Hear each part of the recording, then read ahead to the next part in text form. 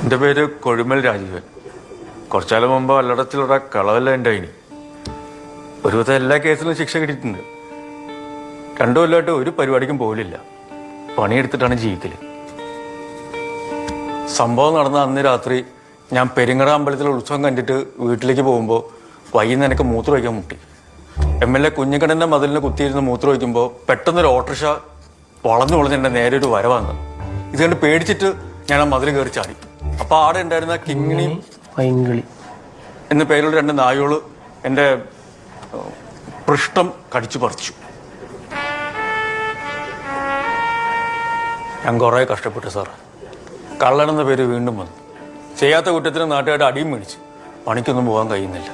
സത്യം പറഞ്ഞാൽ ഒന്നിരുന്ന് തൂറാൻ കൂടി. എന്താണ് രാജീവ ഇത്? കോടതിയല്ലേ ഇത്?